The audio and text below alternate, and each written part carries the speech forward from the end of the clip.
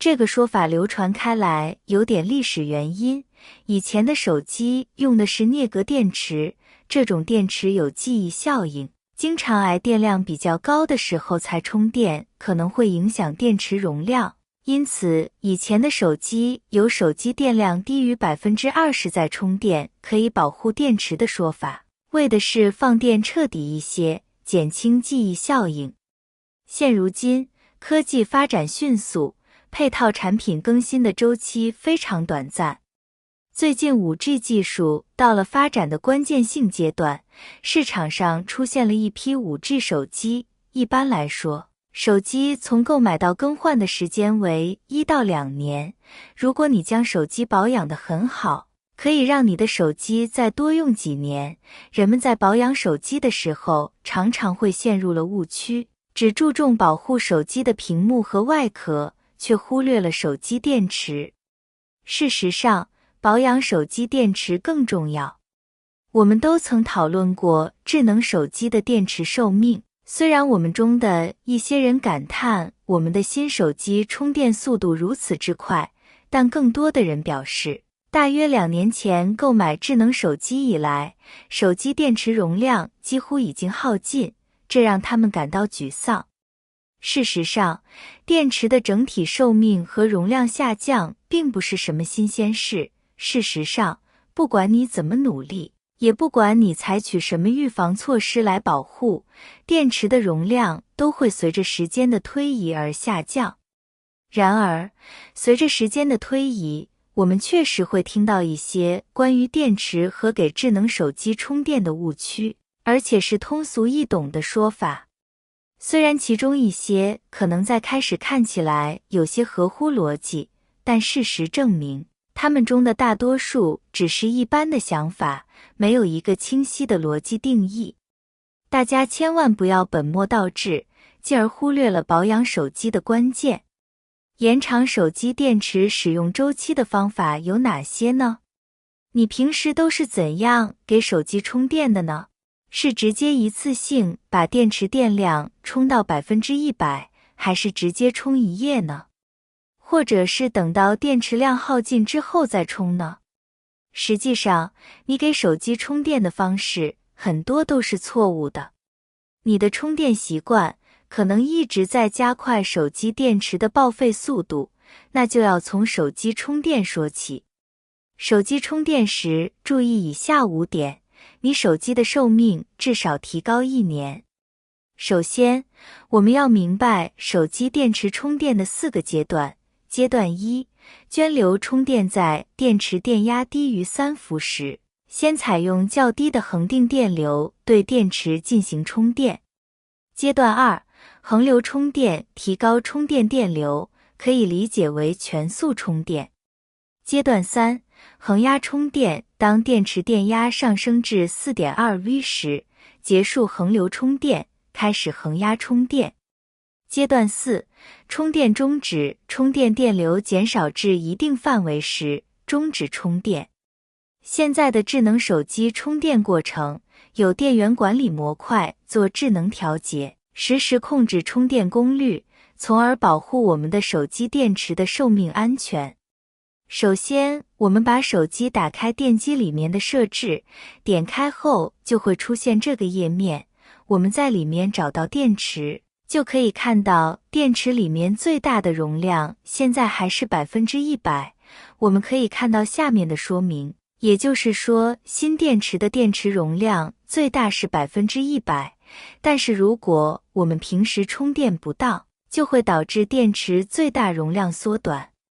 所以就造成了电池不耐用，一天充好几次电，手机不蓄电等情况发生。这和我们平时充电的习惯不可分，因此平时我们充电的时候一定要牢记以下几个误区，以避免电池使用寿命缩短。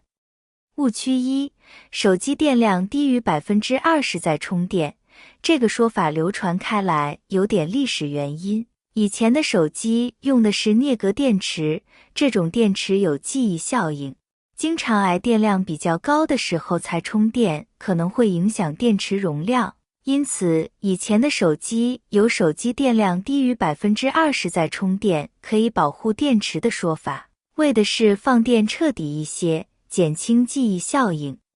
不过现在的智能手机基本都是使用锂电池，锂电池主要是依靠锂离子在正负极之间移动来工作的，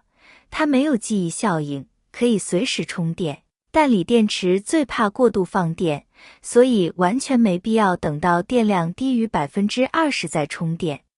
第二个误区，现在很多的朋友都会给手机配上一个手机壳，有些朋友在充电的时候就会带着手机壳一起充电，其实这个做法是错误的。手机在充电的时候会产生比较多的热量，如果把手机壳套着充电，就会影响到手机的散热效果，从而给电池造成一些影响电池的使用寿命。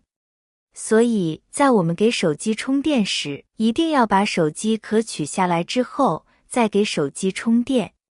第三个误区，边充边玩。许多朋友都有这样的习惯，在充电的时候呢，就忍不住拿起手机刷几把游戏，因为在充电的过程中啊，真的是太漫长了，而等待的过程呢，又太无聊，因此呢，就会边充电边玩手机了。那这种方式其实对电池的损伤也是非常大的，因为手机本身在玩游戏过程中就会产生大量热量，